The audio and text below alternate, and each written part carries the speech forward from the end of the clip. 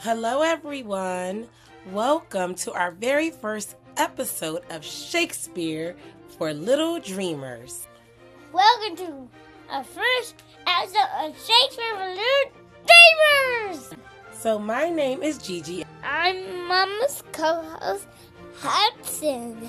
That's right, and Hudson. What do we do on this special show? We read Shakespeare stories that help children go to sleep. Exactly, and tonight we have something extra magical for you. We're going to tell you the story of Romeo and Juliet, but not the grown-up version. This is our very own Little Dreamers version, where everything is gentle and perfect for bedtime. And I'm a kid. But first, since this is our first episode, Hudson, I think we should tell them a little bit about William Shakespeare. So a long time ago, over 400 years ago, there was a writer named William Shakespeare.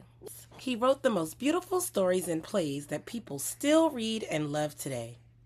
Shakespeare used amazing words and told stories about friendship, bravery, and kindness. And also equity. And equity.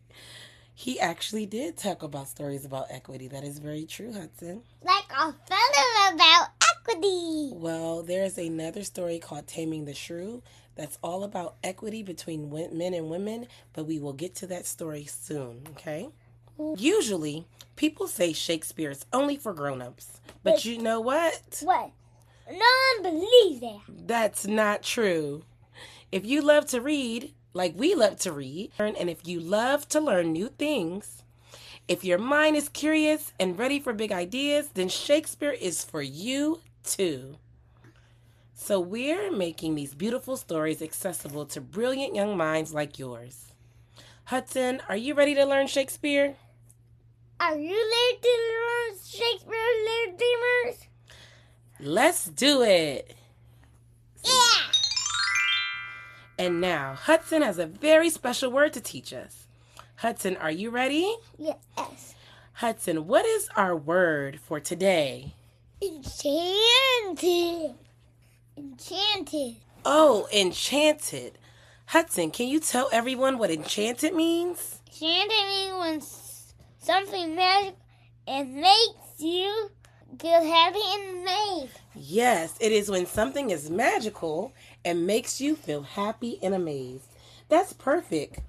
When something is enchanted, it feels like it has special magic around it. Oh, it's just like me. Like when you see beautiful lights twinkling in a garden at night, or when you hear music that makes you feel like you're floating. So, everything in our story tonight is going to feel enchanted. Enchanted. Now everyone say with me. Enchanted. Beautiful. Are you ready for a magical story? Let's begin. Romeo and Juliet. Right now. Chapter 1. The Moonlight Garden Festival. Once upon a time, in a beautiful town called Verona, there was the most enchanted festival that happened every summer. It was called the Moonlight Garden Festival, and it only happened when the moon was perfectly round and bright in the sky.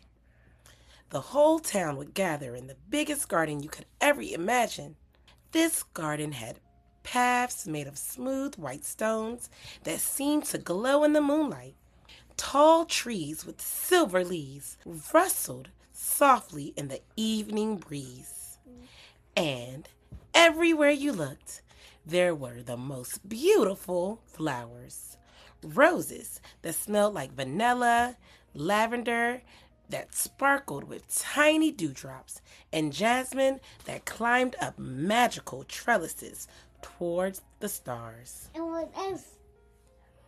But the most enchanted part of all were the lanterns. Hundreds and hundreds of paper lanterns hung from every tree branch in every color you can imagine.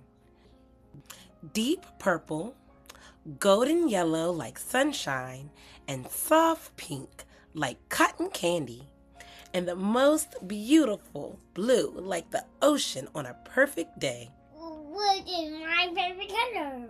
What is your favorite color, Hudson? Blue. Blue is your favorite color today?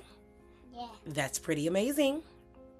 On this particular night, two families came to the festival. Now, these families have been disagreeing about silly grown-up things for so long that they have forgotten how to be friends. But tonight was magical, and magic has a way of changing everything. Yeah. From one family came a boy named Romeo. Romeo had curly dark hair and the kindest eyes, and tonight he wore a beautiful silver mask decorated with tiny stars. He walked slowly through the garden. From the other family came a girl named Juliet. She had long flowing hair that caught the moonlight, and she wore her very favorite dress, a soft blue one that twirled perfectly when she spun around. She loved to dance, and the music from the festival made her feel light as a feather. And then, right under the biggest lantern tree in the whole garden, Romeo and Juliet saw each other for the very first time. Romeo stopped walking. Juliet stopped twirling. And for just a moment, everything in the whole garden seemed to pause.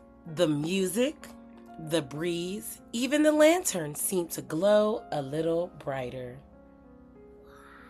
Why? I think we're going to find out. I hope so. They didn't know about their family's silly disagreement. All they knew was that something magical was happening. Romeo smiled behind his silver mask.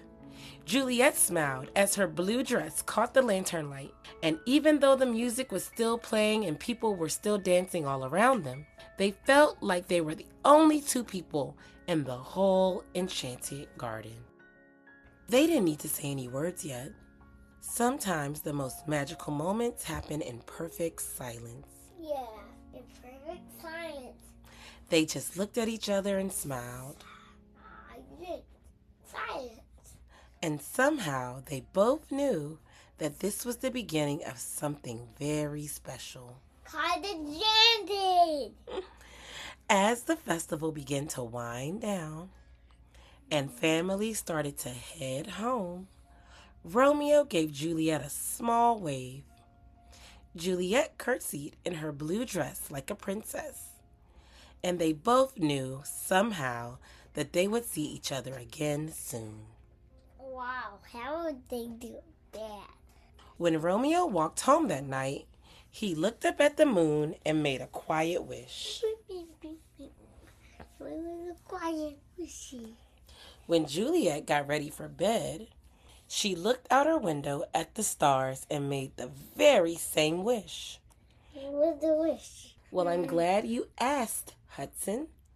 They both wished that tomorrow would bring another chance to feel that enchanted magic again. And you know what? What? Sometimes when you make a wish with your whole heart, especially under magical lantern light, that wish has a way of coming true. And that's the end of chapter 1 of our Romeo and Juliet story. Hudson, how did that make you feel? That made me feel enchanted.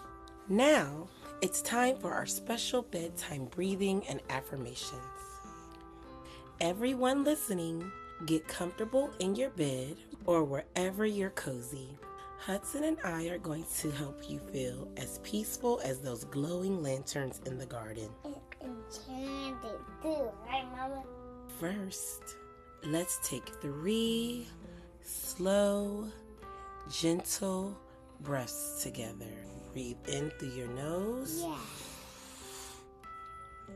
Out through your mouth. In.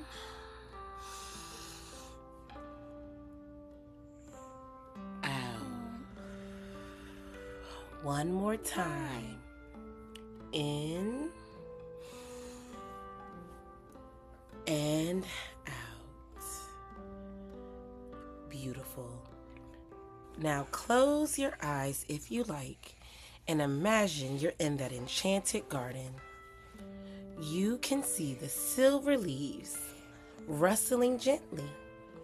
You can smell the sweet jasmine flowers, and all around you, soft lanterns are glowing in beautiful colors: purple, gold, pink, and blue. I see them glowing. The moon is round and bright above you, and everything feels magical and safe. You're wrapped in that enchanted feeling, like a warm, gentle hug from the stars. Now, let's say our bedtime affirmations together. I will say them first, and then you can whisper them or think them in your heart as Hudson says them aloud. I am enchanted. I am enchanted. I am magical. I am magical. I am safe and loved. I am safe and loved. I am ready for sweet dreams. I am ready for sweet dreams. And now, as you drift off to sleep, remember that you are as special and as magical as those lanterns in the garden. You shine your own beautiful light into the world. Sleep well, little dreamers. We'll see you later for chapter 2. Good night, little dreamers.